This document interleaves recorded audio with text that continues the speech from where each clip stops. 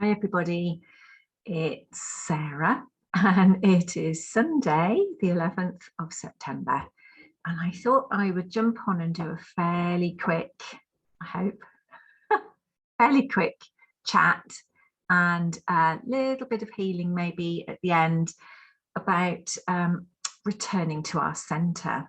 I don't know about you, but I'm still going through the mill.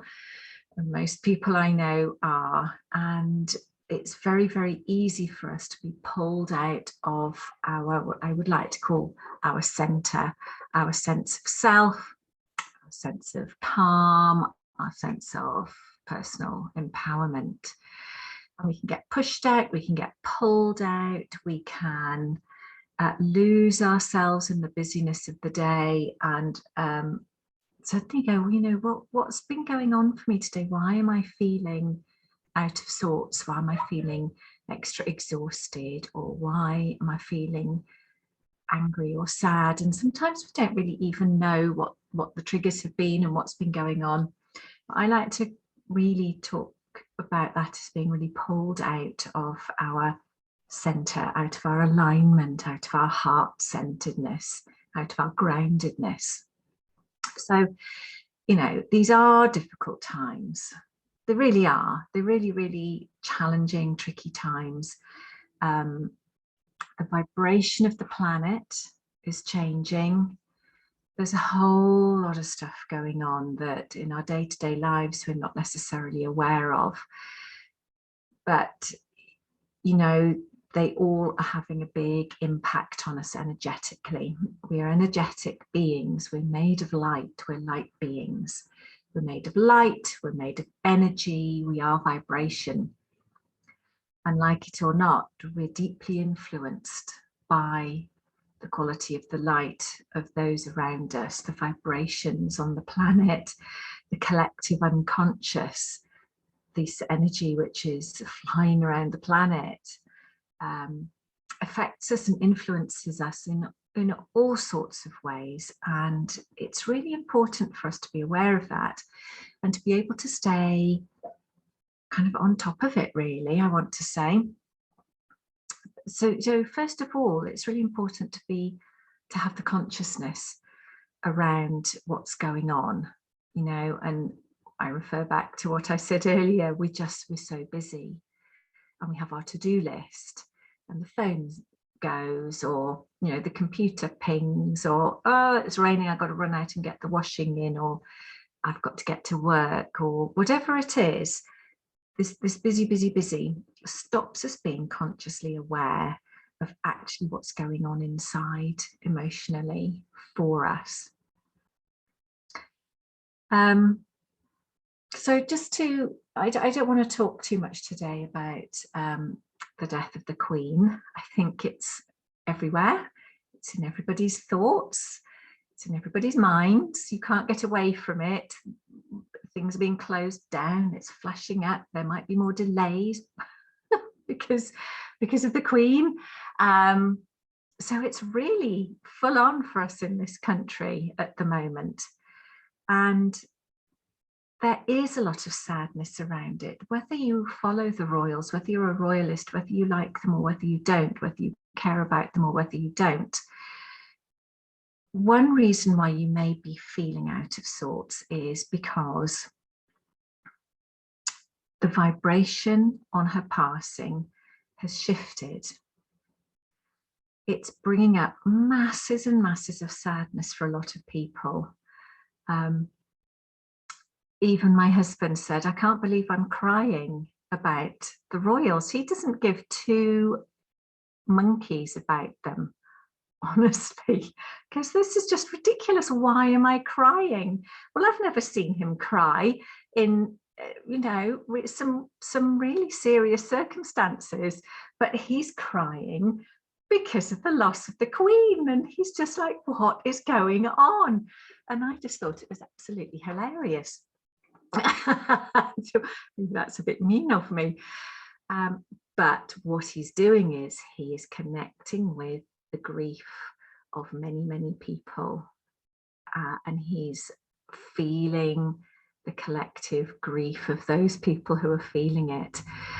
And the other thing that is happening for a lot of people is, I forgot the name of it now, but sometimes what happens, and I'm not saying this is Gary's issue, but sometimes when we can't cry for ourselves, we can cry for other people. What it is so let's say you put on a sad movie, or you hear about a dog who got run over or something like that, and that just helps us to access our underlying grief and our underlying sadness.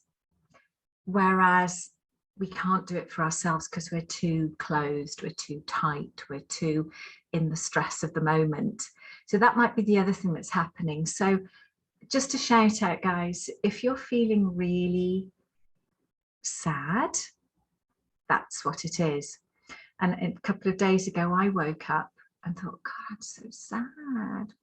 What's going on? I don't. And then went, it's the collective unconscious, the grief that's going around. And it is a big turning point in the history of this country. There's no denying it. And if you have ancestors who were born and who've lived in this country, from some of them for many, many generations, it's in our genes, it's in our genetic makeup to care about this kind of thing and to be connected to the lives and the deaths of the monarchy. You might not like that, but that's how I see it. So just to sort of, you know, it's okay if you're feeling sad about the Queen and you don't really normally on an everyday basis think about her very much. So yeah, rambled on a bit there, but anyway, going back to returning to our center. So that's one thing that's pulling a lot of people out of their center at the moment. And the tricky thing around it also is that as human beings, we really like predictability. We like security. Okay, we like to know what's going on. We don't like change. We really don't like change. However, the truth is change is our only constant in life. Okay, I'm going to say it again because it's really vital to being able to live in this world. Change is the only constant, the only reliable thing we have in our lives, because everything changes. Nothing stays the same. Change is the only thing that we can rely upon. So, you know, not only has the Queen transitioned, but I've been feeling very pulled out of my centre because of the war, the change of the seasons is upon us, the energy price hikes, you know, the future's pretty uncertain in many, many aspects. And yesterday we had full moon in Pisces, and the full moon is always about releasing, letting go, clearing out the previous month. So it's great on a new moon to sow your seeds and set your intentions. It's great on a full moon to allow for clearing, allow for letting go, for the changes that are coming. And it was a full moon in Pisces, and Pisces is the sign, it's water, it's all about the subconscious, it's very emotional, it's a very deep sign. So I think on top of losing our Queen, we're also really stirred up by this full moon in Pisces. So whatever is coming up for you, everybody, notice it, breathe a little, let it go, and say, it's okay. It's okay that I'm feeling like this. The important thing is that you've noticed that you're out of alignment. You've noticed that you're out of sorts. So what can we do to help ourselves? Okay, what can we do to help ourselves on a daily basis to keep recentering, refocusing? If you know me, you know I'm all about meditating, getting that peace, getting that recentering.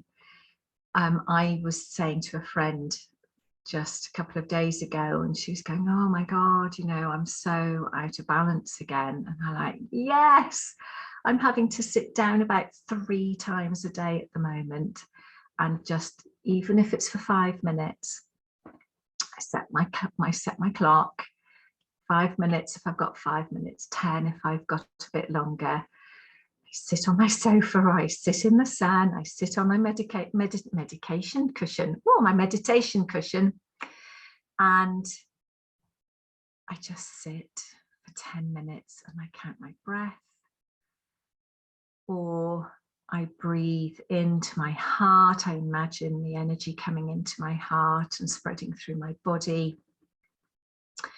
I listen to the sounds around me, whatever it is, it doesn't matter. At that point, what I need to do is to stop this whirring of my head and the pounding of my heart, or whatever it is, the upset, the stress, the hurriedness, and I stop. And I've got to the point now, and I really encourage you all to do this. It's taken me a while to be able to do this. I now go, I'm so busy, I'm going to stop. And it sounds really counterintuitive, doesn't it? I'm so busy and I'm so stressed and I'm looking at my to-do list. The best thing I can do right now is to actually stop, take myself out of that moment, come back into my body, really get realigned, do some breathing. And then if you give yourself even those 5 minutes or even 1 minute, you can move forward in a much more calm way, in a more centered way, in a more gathered way, in a more whole way. And then the rest of your day will be much, much better. I promise you, the rest of your day will be much better, because you're creating we're creating our future in every moment, in every current moment of thought and emotion. We're creating our next moment. We're creating the next segment. We're creating the next day by our thoughts, our emotions, and our feelings.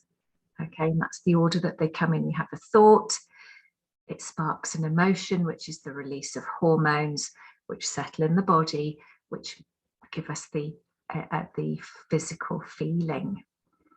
So don't sit there saying, you don't understand, Sarah, I don't have time to stop for 5 minutes. I'm going, yes, I so understand. And if you stop for 5 minutes, you're going to give yourself a lot of extra time, and you're going to get through your to-do list much more intelligently, much more positively, much more powerfully. So that's one thing I really highly recommend. Did I say I recommend it? Do you understand? I recommend it. Give it a go. Another one is, which I have shared before, is a mantra. I love it because it's so simple, Sanskrit mantra, and it is so hum. Okay, those are the 2 words. 2 words, so hum. And it's Sanskrit for I am. And for me, I find it incredibly grounding and very centering. What you have to remember is the more you use these words, the quicker the response in your body will be. And the other thing is, when we remember that everything is energy, everything is vibration. This mantra has been said by probably billions of people over hundreds and thousands of years. So the energy that is connected with these words brings us into the realm of what we might call magic. They're incredibly powerful words. So what I do, which works for me, which I just did very naturally for me, you might find a different way, which is better for you. As I say, inside, often I don't say it out loud, but inside my head, when I say so, I breathe in. Hum is on the out breath. Okay, so in, hum, out. And then imagine that you've got a golden light on the so. I imagine the light going up, connecting me with source. Hum, it flows down and connects me into Gaia, into the earth. Okay, so hum, so hum, and that's what I do. And I find it absolutely beautiful, really fantastic. So I think that's all I wanted to say to you today. I hope I haven't gone on for too long. Lots and lots of love to you all. Do put a message and say if what I've said resonates. If you're finding it helpful, let us know. Let's have some feedback. If you try the So Hum meditation, or even just stopping when you're at your busiest and most stressed.